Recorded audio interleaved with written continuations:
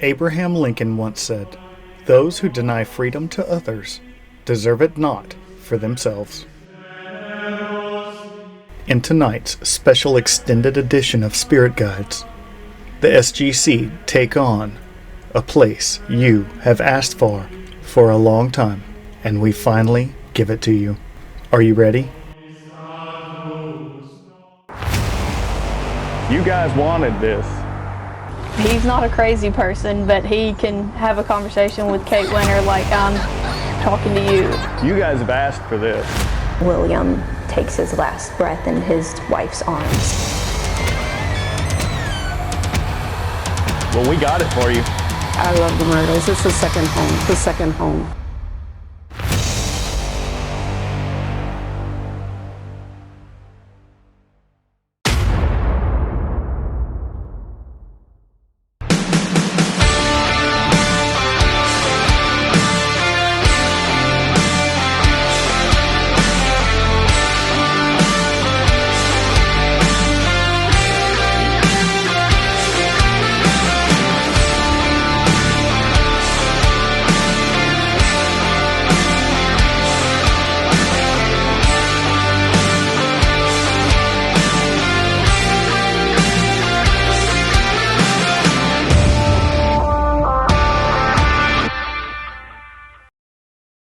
Myrtles Plantation.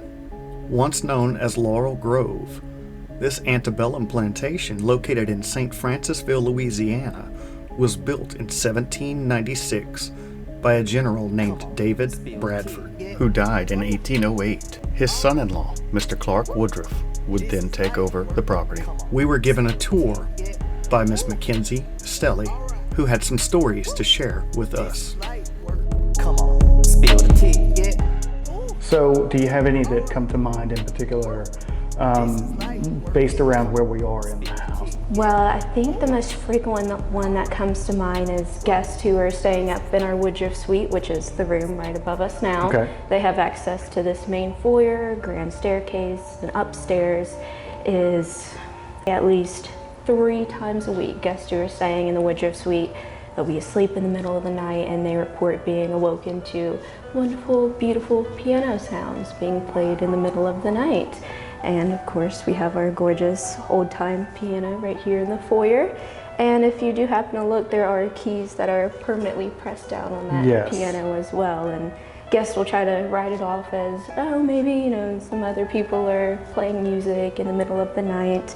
But the Woodruff suite is completely on the opposite side of the house of any other guest, and once you check inside of this room, nobody will come inside of this foyer, especially at 2, 3 a.m. in the morning. Nobody's Of course not. playing piano in the middle of the night in here. Was this their party house? Yes, yeah. The Sterlings who bought this home from Mr. Woodruff in 1836, they had homes all around America, Really? Several plantations, and they just wanted this place to be their party house of the South. And while we were the only ones in the home during this interview, we heard footsteps upstairs as though someone was walking around. And to show off their wealth here. And when they bought, do you hear that?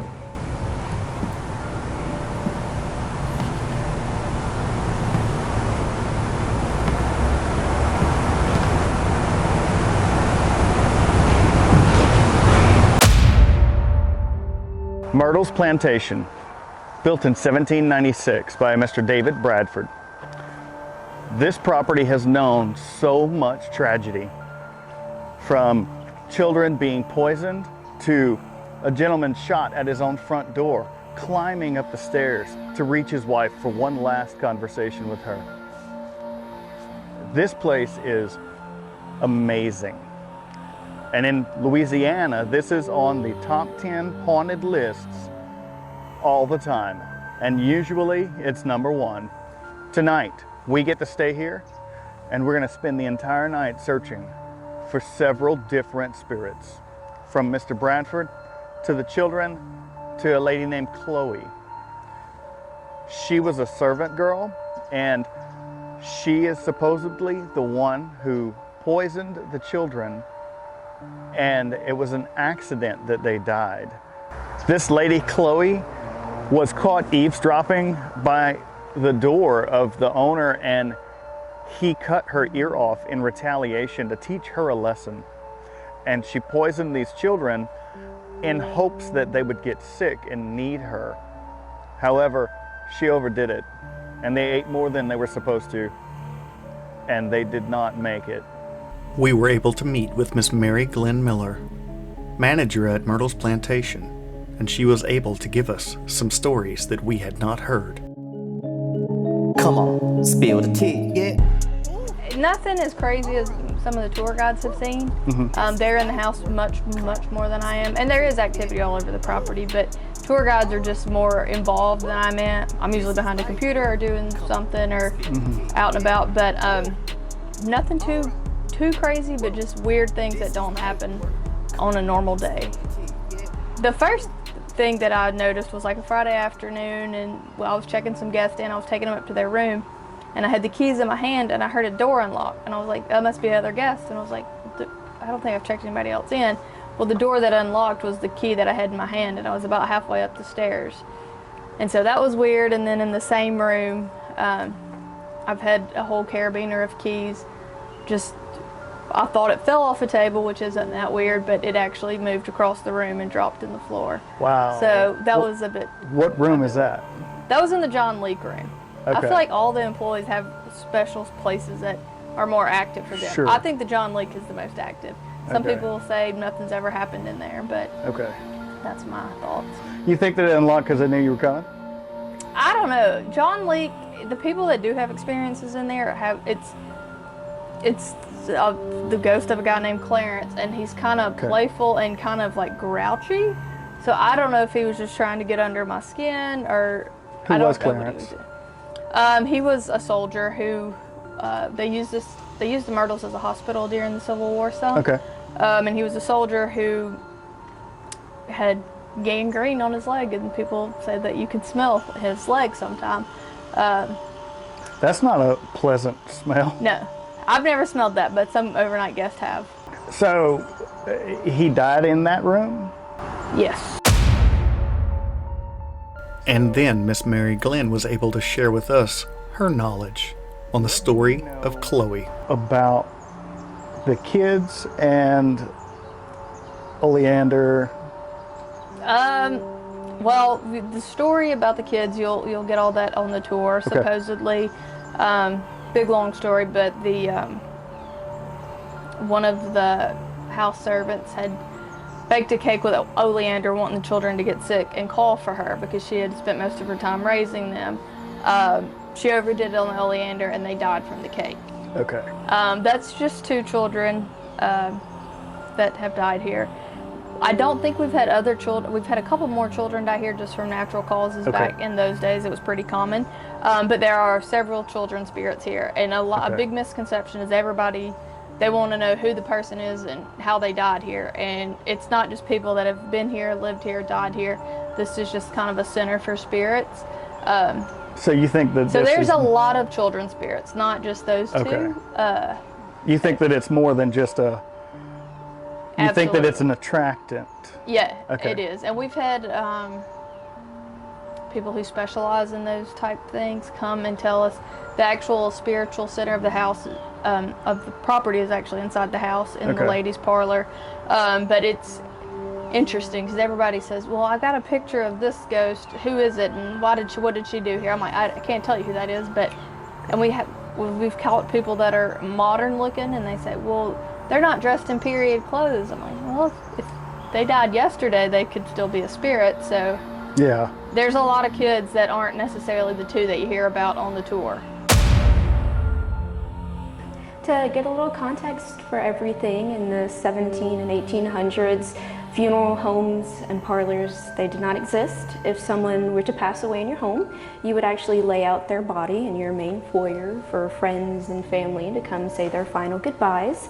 And this is where the tradition began of placing a thick black cloth covering up any mirrors in your home when someone was about to pass. Maybe they were sick, got in a horse riding accident. Back then, they believed as your loved one's soul was exiting the home, ascending into heaven, if they were to catch sight of themselves in any mirror, their souls would then eternally become trapped in it. Hence the thick black cloth, so now their souls could not see themselves and get trapped. But with the many very sudden tragedies that have happened here at the Myrtles, we think this is exactly what has happened, especially with the birthday cake incident and Chloe here. We think especially this might be Sarah Matilda, James, and Cornelia trapped inside of this mirror. So if we begin to take a look at everything on this side of the mirror, we can see what looks like to be the side profile of a woman. We can see her neck, chin, lips, nose, what looks like the side of a brimmed hat, a plumage of feathers coming out of the hat, and right next to her face, 2 claw marks, as if she's trying to eternally just claw her way out of this mirror, trying to break free after hundreds of years. In the middle, we can see what looks like drip marks, which have actually sometimes been photographed by some of our guests to have a reddish tint to it. So some guests believe it might be the blood of the spirit trapped in the mirror. Some believe it might be the tears of the soul eternally trapped. And right on this other side, which I personally think are the most interesting parts, way up there, we can see what looks like someone has slapped their hand on the mirror and drug it down to create the smudges.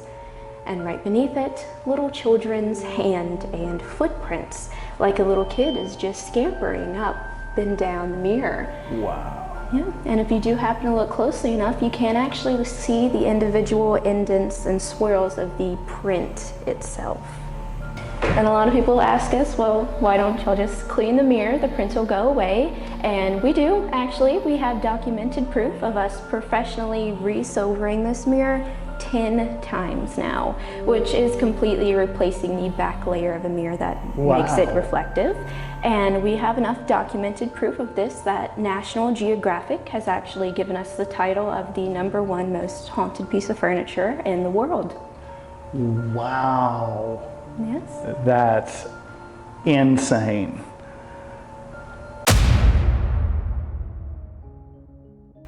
Allow me to introduce you to one of the most hospitable Southern ladies I've ever met.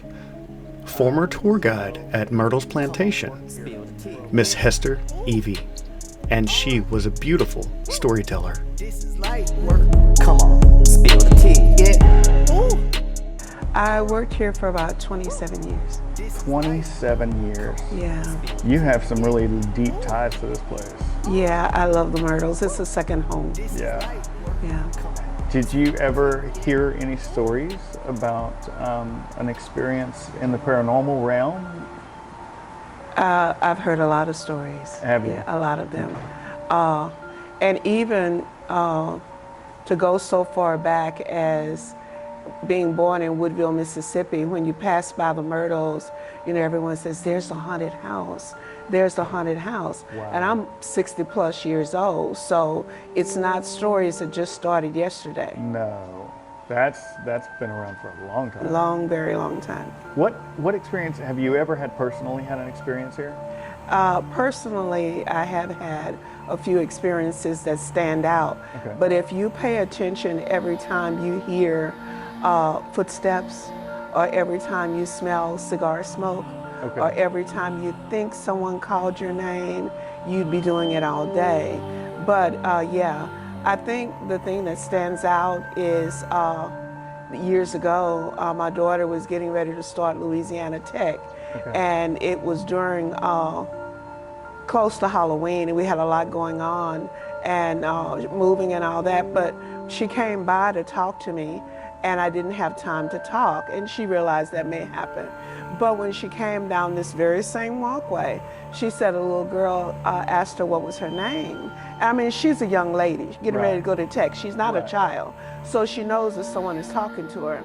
So the little girl asked her what was her name, and she said Annie. She answered her, and she said, my name is Elizabeth. The little girl talked, And so she said, it's nice that y'all have a little girl in costume this year, Mama. And I said, no, I don't think so. And I thought maybe it was one of the other tour guides, Marguerite's daughter. And when I got a chance, I asked her and she said no. But she had saw the same little girl, blue dress, walking down the walkway. And she said, Marguerite said, in fact, when she saw her, she was skipping, but she did not see her speak to Annie, my daughter. But my daughter said she did. What really started me to work here is like anyone else. I needed a job.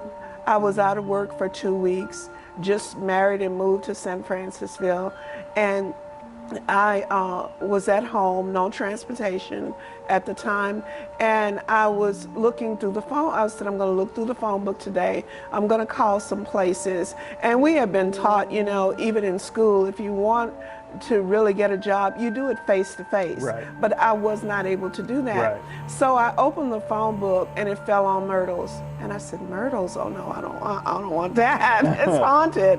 But I did call. And at the time, Frances Kermine owned it. It was years ago. You may have heard of Frances. But at the time, she owned it. And I called and she said, well, why don't you come see me tomorrow? So I made arrangements to be here on that date. And when I came by, it was so quiet and so a lot different from what you see now. You know, you could not see the house from the road. It was just a lot of trees and whatever. So when I came in, I didn't see anyone and I was concerned. I don't even think it was a car on the parking lot. But when I walked to the front of the house, you know, I didn't see anyone. The door was ajar. I wouldn't dare come in, you know, but I hollered, you know, and no one said anything. So I said, this is strange. So I got ready to leave, walking kind of fast, you know. I got ready to leave, and when I got to the side of the fence area where the well is on the front, Frances said, hey, and I turned around, and at first I did not see her. She was seated on the grounds weeding the flowers. So I said, hey, and then we got to talking, and she said, I want you to see the house. When I walked in, it was the most beautiful thing I've ever seen.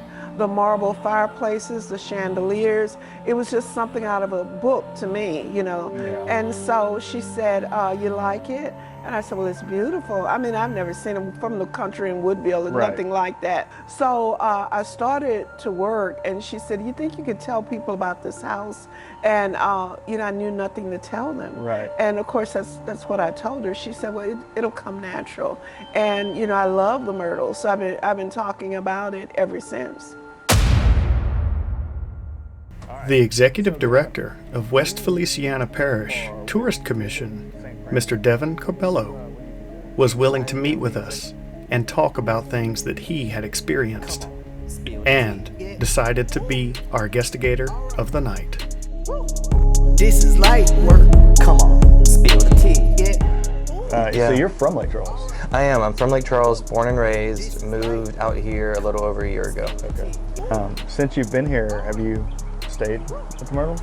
I have. I've stayed a few times here. Okay. Yeah. Any experiences? Not from the overnight stays. Okay.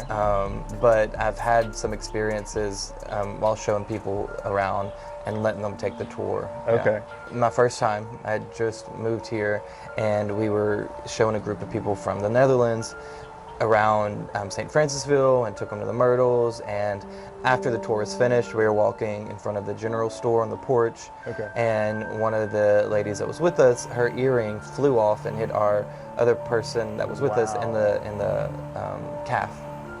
Wow. So there's a story here about earrings. I think they say Chloe.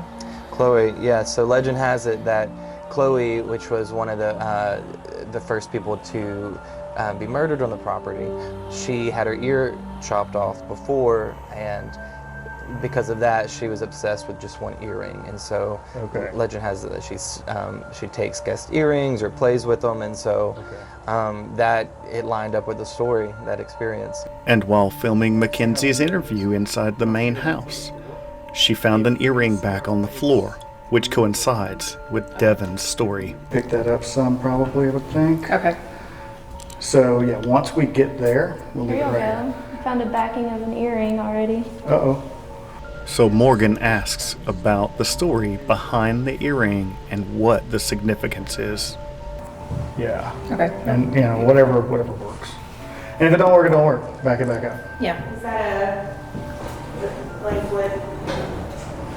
Yeah, I put it on our little treasure chest there. We think Chloe likes to take people's earrings. And she will play hide and seek with us with them. Really?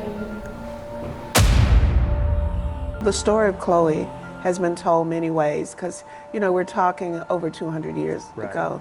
Well, 1796 was when the house was built. It was just a little later because Judge Clark Woodruff had took over then, so around 1834. So a bit in the early 1800s.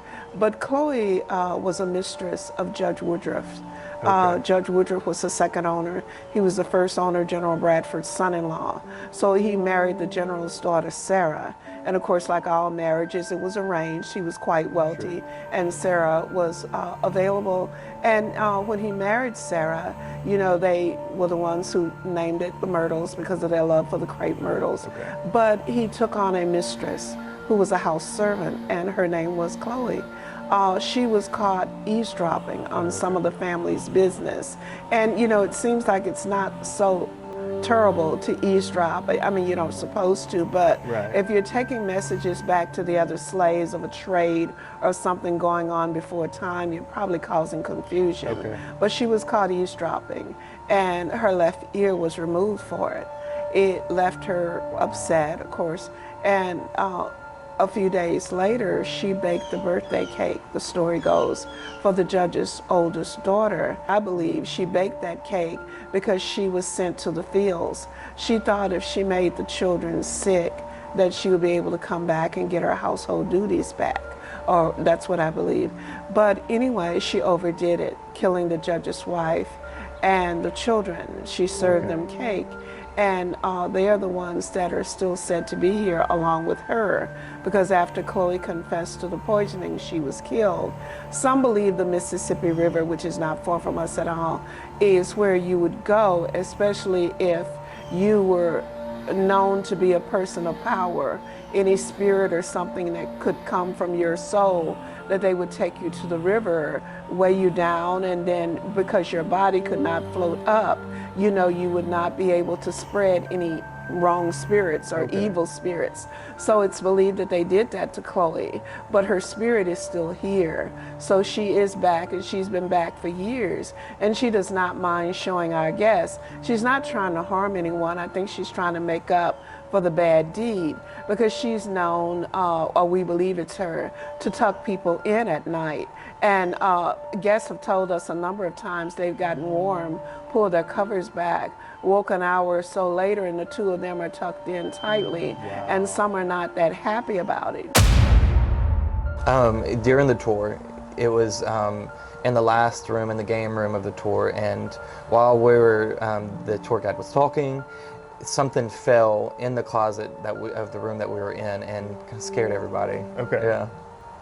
Would there be a reason for it to fall? Like, was the house shaken? Or there's no trains around here, right? No, there's no trains. As far as I know, no earthquakes that happen here.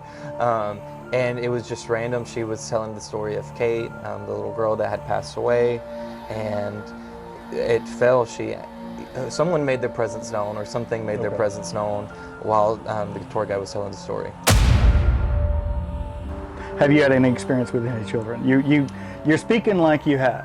I personally have not, but they are the most active spirits on the property. A lot of people see, will capture in their photos children spirits around the pond.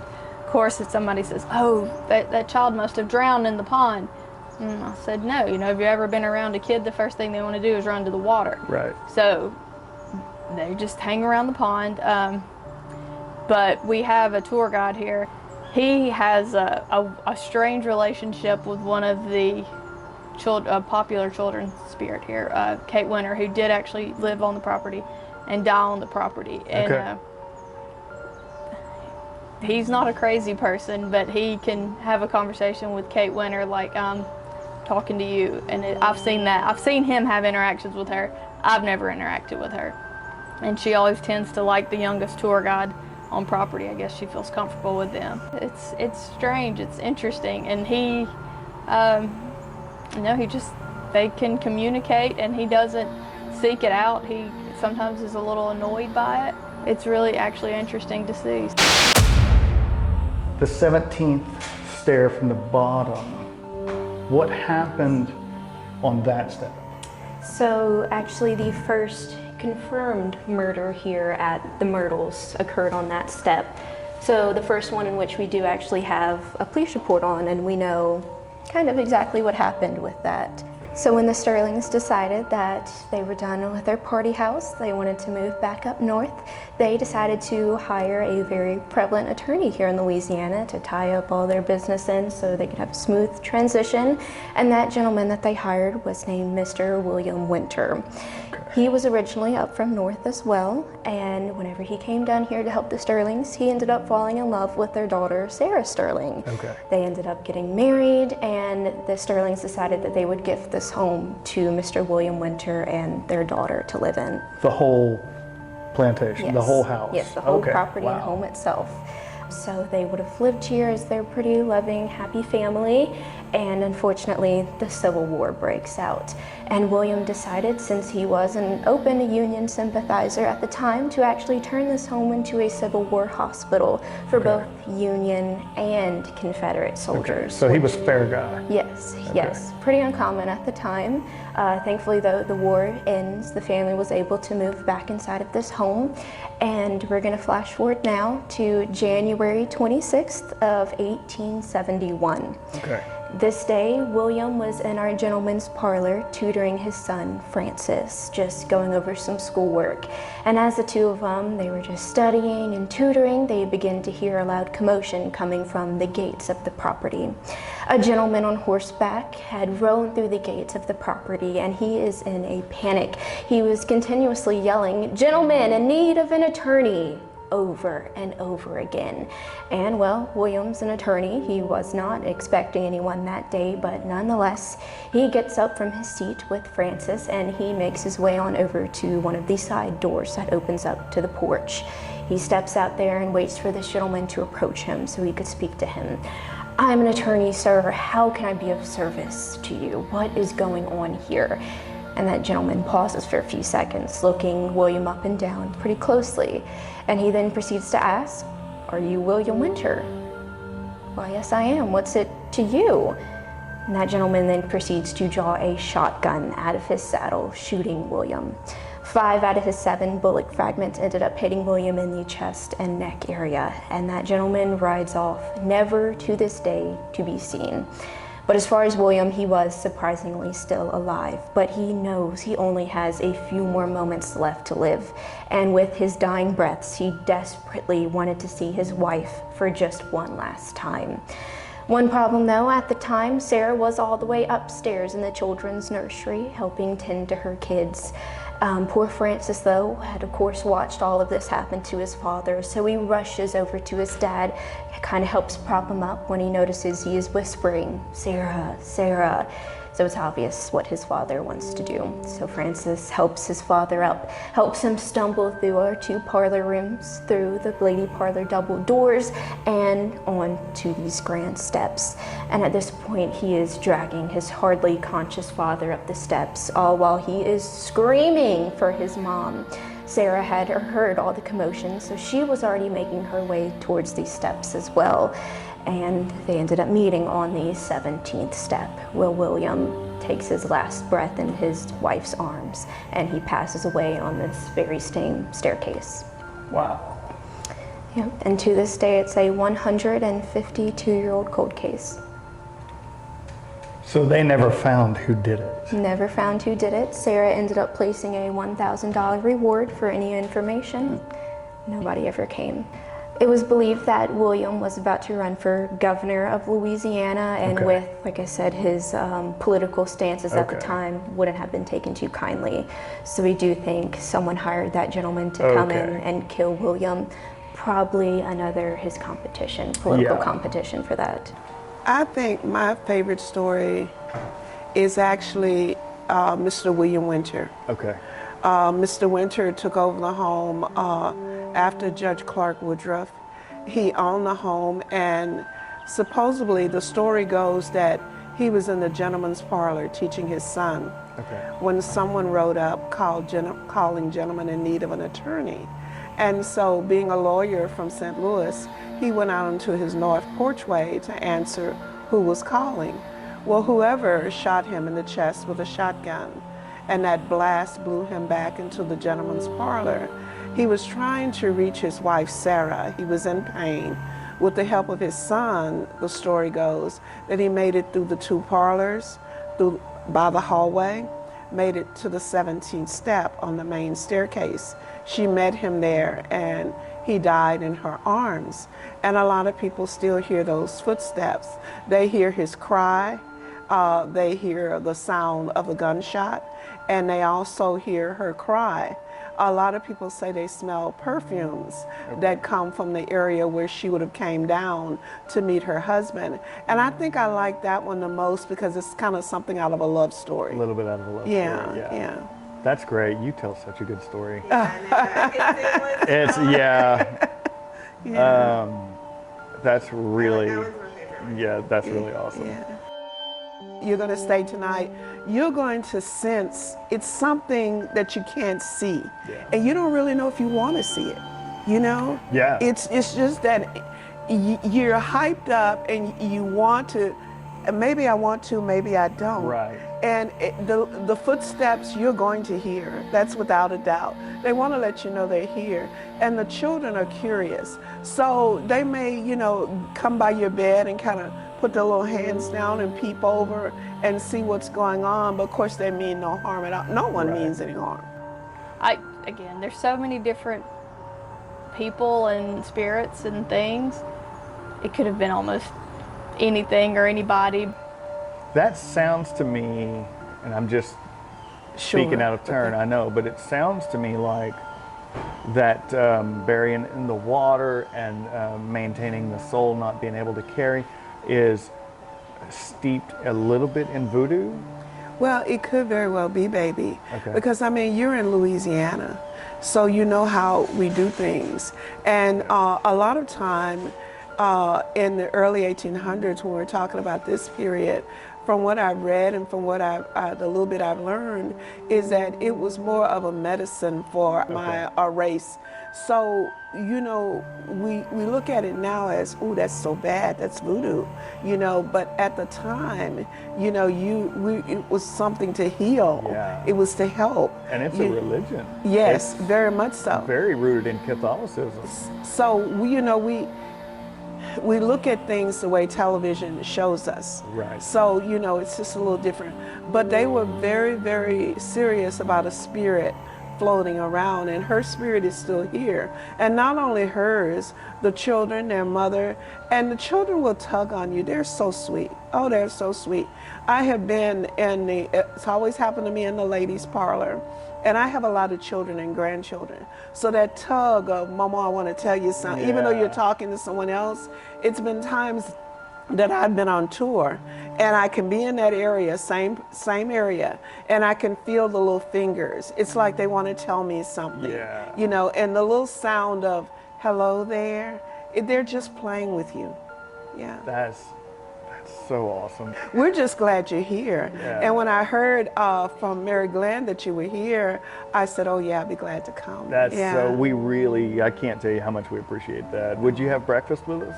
Aren't you sweet? I think I will, if you don't mind. Because I'll get to know a little more about you. Yeah, for sure. So when we contacted you today, you said you'd come meet us for supper tonight. Mm-hmm. And when you got here, you were telling us that your dad had a story that he told you, and your dad's from Lake Charles with us. And he had a story that he told you today. Yeah. So a couple weeks ago, he fell. While he was working, he fell off of a ladder, which he's never done before. It's just about 3 feet up on a ladder. And anyway, he's kind of back on his feet now.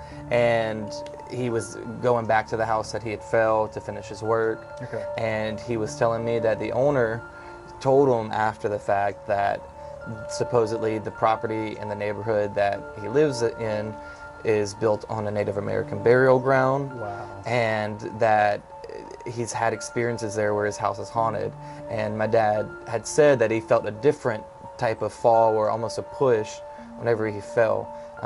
You know, he's not a clumsy man. I don't get that from him. I'm very clumsy, but he's you know, been on ladders all of his life, and so it was very odd to hear that he fell just 3 feet up. And so it's a very odd coincidence that he had told me today of all days. Yeah, and then we asked you to come and talk to us.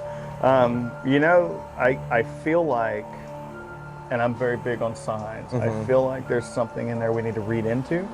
Would you be willing to stay with us tonight for a little while and be our guestigator? I would love to, yes. Okay. Yeah. We would love to have you. I think that you have a great energy, and I think that you can bring about some things. And they're familiar with you because you've been here multiple times. Right. Dude, I really appreciate that. Yeah, It's absolutely. I'm ready. I hope that we can give you a good experience. Yeah. Something that you can remember and tell future tourists. Yeah, I'm excited about it. Yeah. So, well, let's go eat supper, man. Yeah, let's go. Let's do that. Yeah. This land having so much history and so much tragedy, possibly being built upon a burial ground and Civil War battles, and it was a hospital at one time. This thing is loaded with energy, and we're gonna spend the night here, and hopefully we can get some answers as to if Chloe is still here, or the children here, or is there something else? Come join us.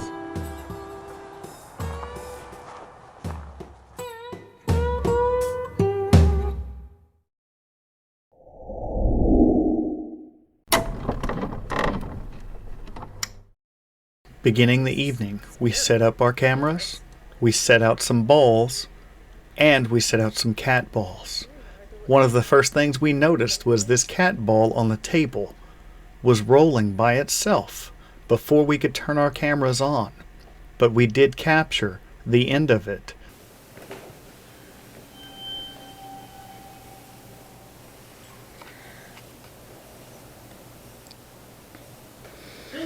Like that? Oh. Hello. Like that was rolling. Can you roll it again? This is the view from Devon's camera, the first one capturing the movement. Really?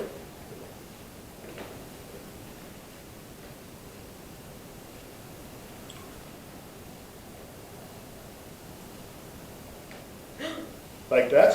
Oh. Hello. Like that was rolling.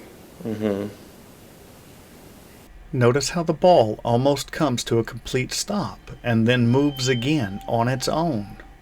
This is an anomaly we cannot explain. Moving into the John Leake room, named after a relative of the Moss family who served in the Civil War. Who was John Leake? It's not really associated with the house. It's associated with the Moss family. I do know that. It was Okay. a distant relative who had served, I believe, in the war. But it is a relative of the Mosses from a long time ago. We start an S-Box session where we get several answers. Is there anybody in here with us?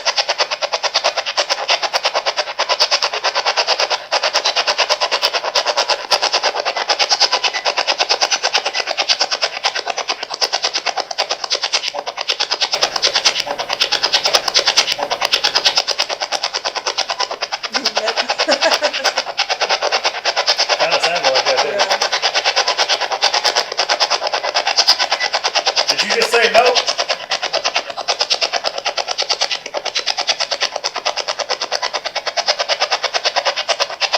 There's a lot of cool, rich history here. We'd love to, know your name.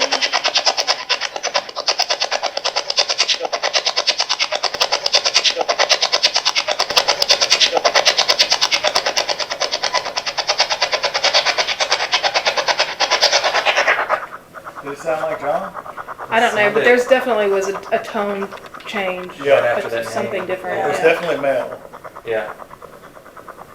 Could this be John Leake, the namesake of the room, once a soldier in the Civil War? You decide.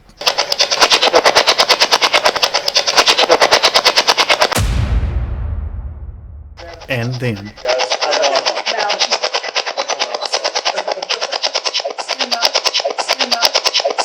Hey. He said, hey. Hey! are we now communicating with a female in the John Leake room? You decide. And before this session ended, we received several more confirmed verbal communications through the S-Box.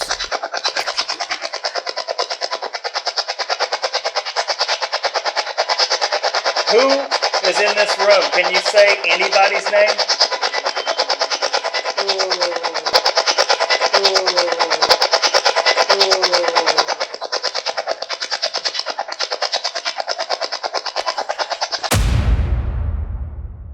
Not wanting to stop this flow of evidence, we continue this session, and we receive a response that Devin will remember for a lifetime. Sounded like an exasperated yes.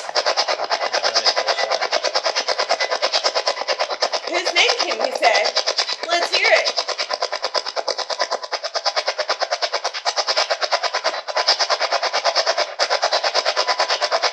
I feel like the name is way too hard because it's pretty familiar.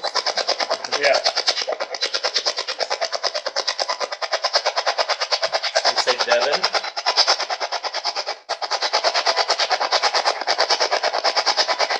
Yeah. Can you say Devin?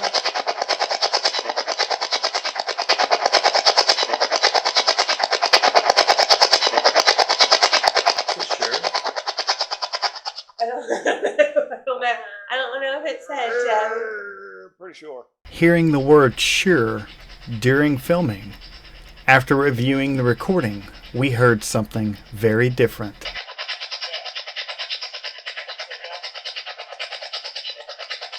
I heard it.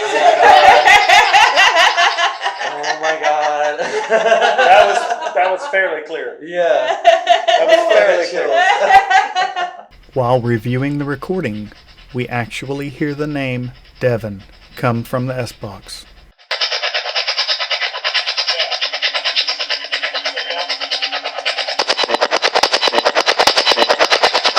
I heard it. Oh my god. That was fairly clear. Yeah. That was fairly clear.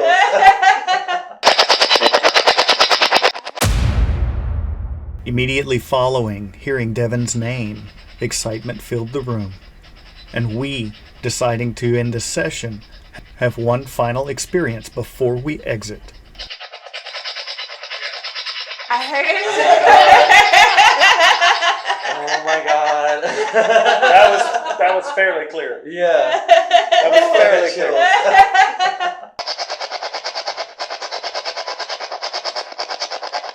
Okay, let's go change your battery.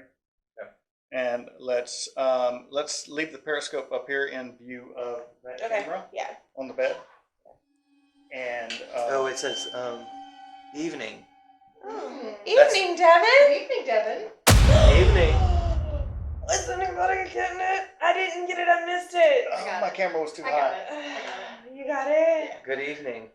Okay, you saw that? You know what that was, right? Yeah. So that something was sitting on the bed. Watch as we acknowledge the obelisk stating the word evening, and we comment about it continuing to speak to Devin, and then the periscope picks up an entity on the bed and follows it all the way around and off the bed. And Oh, it says evening.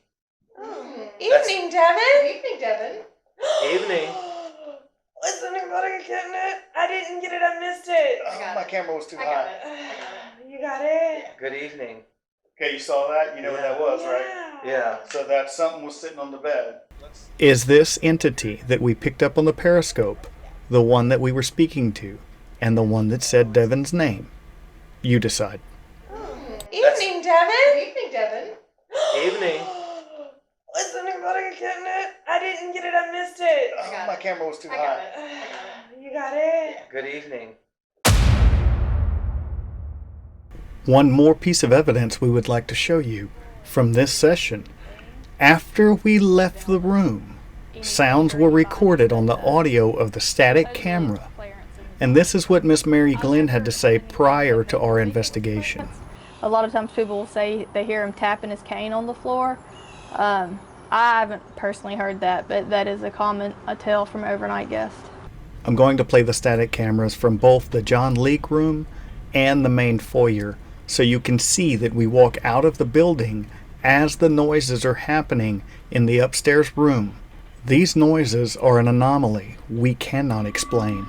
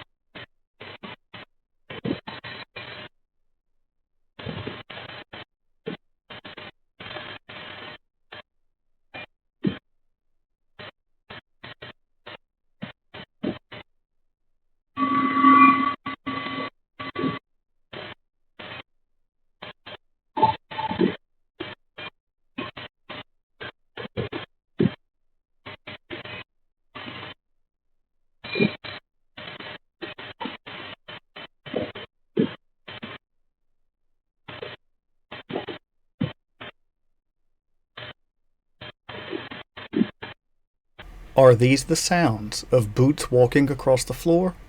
Or, as some others have suggested, walking with the aid of a cane? A lot of times people will say they hear him tapping his cane on the floor. Could this be the cane banging on the floor as someone walks across the room, checking out our equipment? You decide.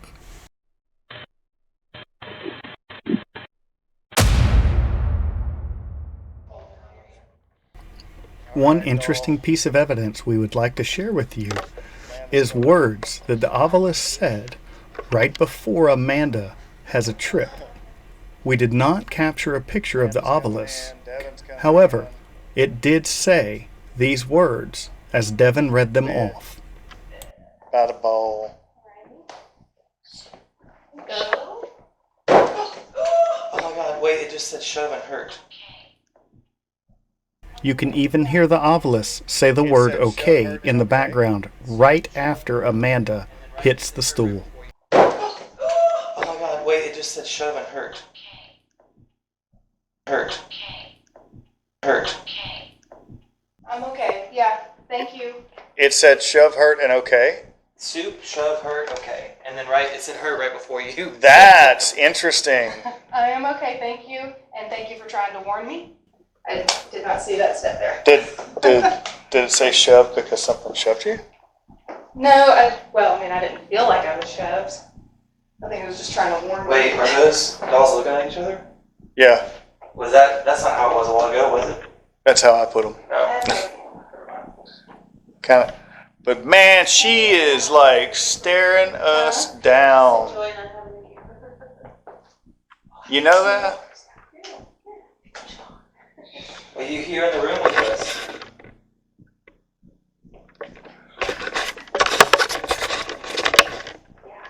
So a while ago, I moved this doll right here, and when I moved her, I rotated the body from the base, and her head kind of And then, staring out. Look. Whoa! Can you make that big claw in? I'm sorry. Sorry to scare you. Yeah. Really, we get excited because that's really awesome. We just want to spend time with you. is this doll holding a secret she's not sharing? Does she know who was speaking through the obelisk to let us know that Amanda was going to be shoved and hurt? You decide. Oh my god, wait, it just said shove and hurt. Moving out of the room and changing locations, Amanda gets a hit on the periscope on the way out, and we try and debunk this as static.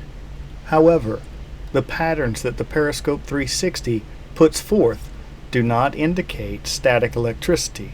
Rather, she's running into an entity standing in her path. And you walk into it. So how's that rate on the static scale? So it looks like it's following a pattern. So you're definitely still here, right? Yeah, it's just a matter of finding it. Normally I don't promote carrying it in the hand, but in the case of what we were doing, just moving it and you set it off, it kind of gives, and the way that it's patterning gives credence to it being, that was cool. Yeah, that was a good one. Do you want to set it on the floor right here? I don't know, it seems like it likes you.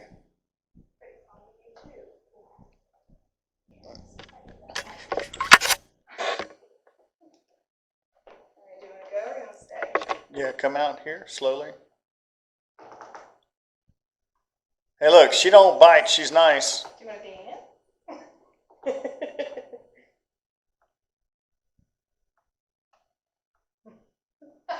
Hey, that was a good one. Those are so good. Right. Oh, right there. See, it's inconsistent. Yeah. That's what makes me say it's not Staticky. static. Oh, not static. Yeah, Okay. because it's inconsistent. Gotcha. Oh, because some of them are slow. Some of them are not, Some of them are and it's never in the same spot, or rarely in the same spot. Right. That's what, like if you take it out of that spot and put it back in that spot and it does it again, then that's probably staticky. Right. But see how you're doing it and it's not?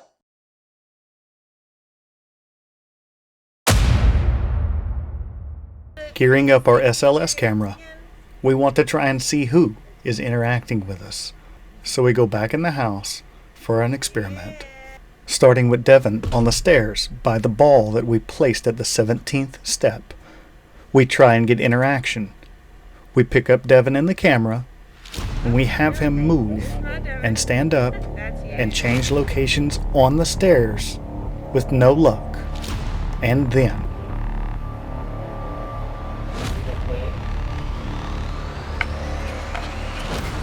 Whoa. You want to play? Are you here? one thing I noticed during editing is the word sure comes after Devin asks, "Wanna play?" This was only captured on Morgan's camera. No one in the room said it. Notice we don't react to it. That shows that we did not hear it in the moment. Do you want to play? Are you here? Do you want to play? Are you here? Do you want to play? Are you here? He's right here. No, went away. Do you like this? See? That's so. When you point, like I'm like, he's right here. When they don't want to be seen, they realize that we have something that can see them, and they disappear. Okay, we're friendly.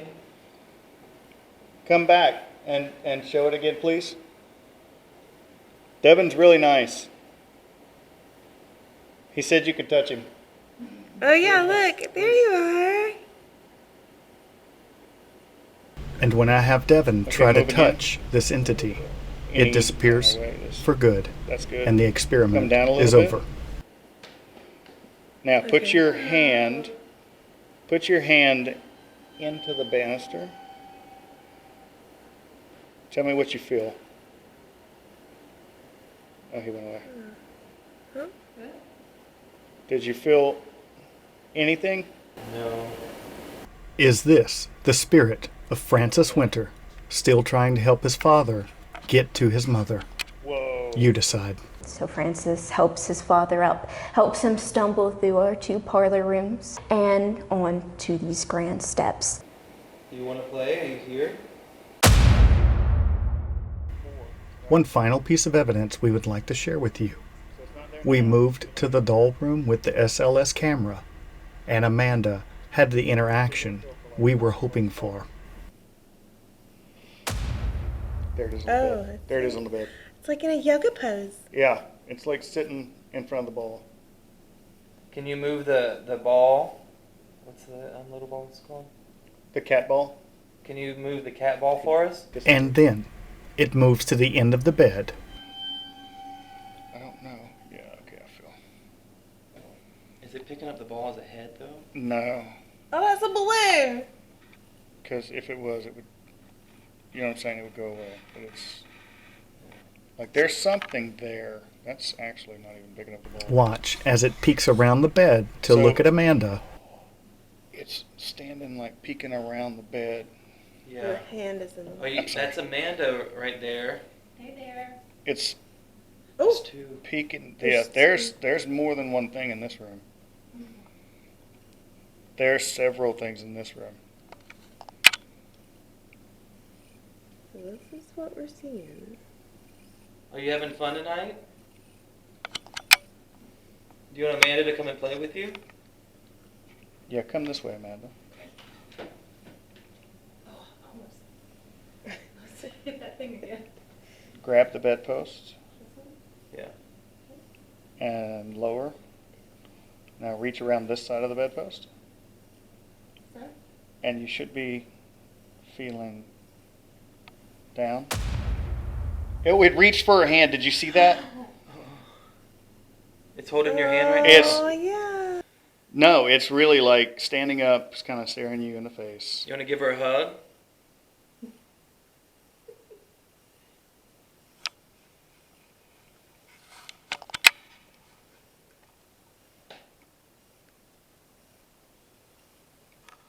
Okay, that is so cool.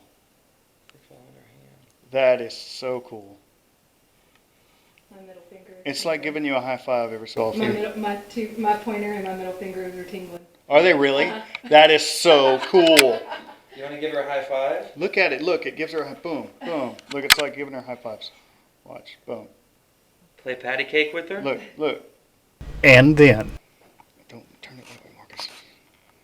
Yeah, see if anyone's on the... So, you saw that? Yeah.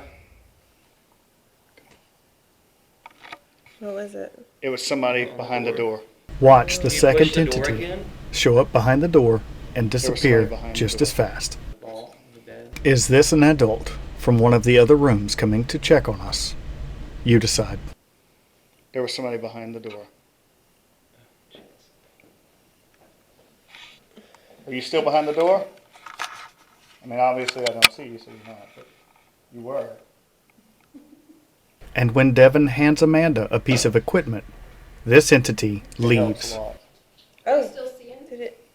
It went away. It went away. It like- just disappeared. It like went zoom, Devin, zoom, go away. Like it was like, shoo, Yeah. what's Devin? Shoo, It was gotta like go. gone. Yeah. Like gone. Like it's nowhere to be found. Is it afraid of At Devin? all. Or do people just need to move slower with entities at the Myrtles for them to understand we mean no harm? Feeling like this is a child spirit we're dealing with, we ask it to come back, and it does. There it is. And then something amazing happens. Or it's telling you to sit down. Yeah. Sit down next to it. On the floor or on the No, bench? on the bench. Alright, I'm gonna have a seat right here. I'm gonna move my camera. Yeah, exactly right there. I have a seat. Look, he moved over. Whoa! Next to me? Yes! It was like having a conversation, like so. Well, we're not exactly sure if you're a boy or a girl. Yeah. But if you use the box, you could tell us if you were a boy or a girl. Oh, wow. Devin's in the I back. missed it. Look at this. She sat down on the bench and it's Oh like, look, it's like looking. yeah. Oh. And it's like sitting next to her. He's smelling her. Okay, how do you... This is proof, in our opinion, that we can communicate with the other side, children, adults, and otherwise. And if you bring the right energy, you can attract good spirits or not. It's all up to you. But he's like, what? You decide. He's like, I'm not a fan of this. I like this thing. Down south, tucked away in the bayous and the back roads, there's a place called Myrtles Plantation. One of the most famously haunted locations spirit guides has ever had the opportunity to investigate. With such a rich and deep history, it seems the layers of learning are never ending. So originally Bradford, who was the first owner, grew indigo here. He wasn't making too much money off of that though, and so whenever Woodruff then bought this place, he switched it over to cotton, and ever since then it was a cotton plantation. This is one of those locations that you don't walk into and investigate. It gets inside of you, and you take it with you whenever you leave. It's very seeping into you when you get here. Yeah. You feel it. Oh yeah, I love it. The people have a way of making you feel like family, recounting their tales, talking about the history of the location, and inviting you for breakfast. Everything adds up to one of the greatest experiences Spirit Guides has ever had. The people that are here are meant to be here. It's very warm. It's very grabbing. Yes. And it's like a big hug. Exactly. A lot of times. Exactly. Being able to touch history physically, walk around in yesterday, and being able to experience firsthand what those who came before us had to endure, all while having fun and living life to the fullest. We had a new investigator join the team, and this was her first experience with us. Meet Amanda. She brought a great energy to the investigation, and she had a really profound statement about what it is we do. That's ghost logic. Yeah. That's ghost logic. Like, over there. Is it ghost logic that this doll looks like she's hiding a secret she doesn't want to share? You decide.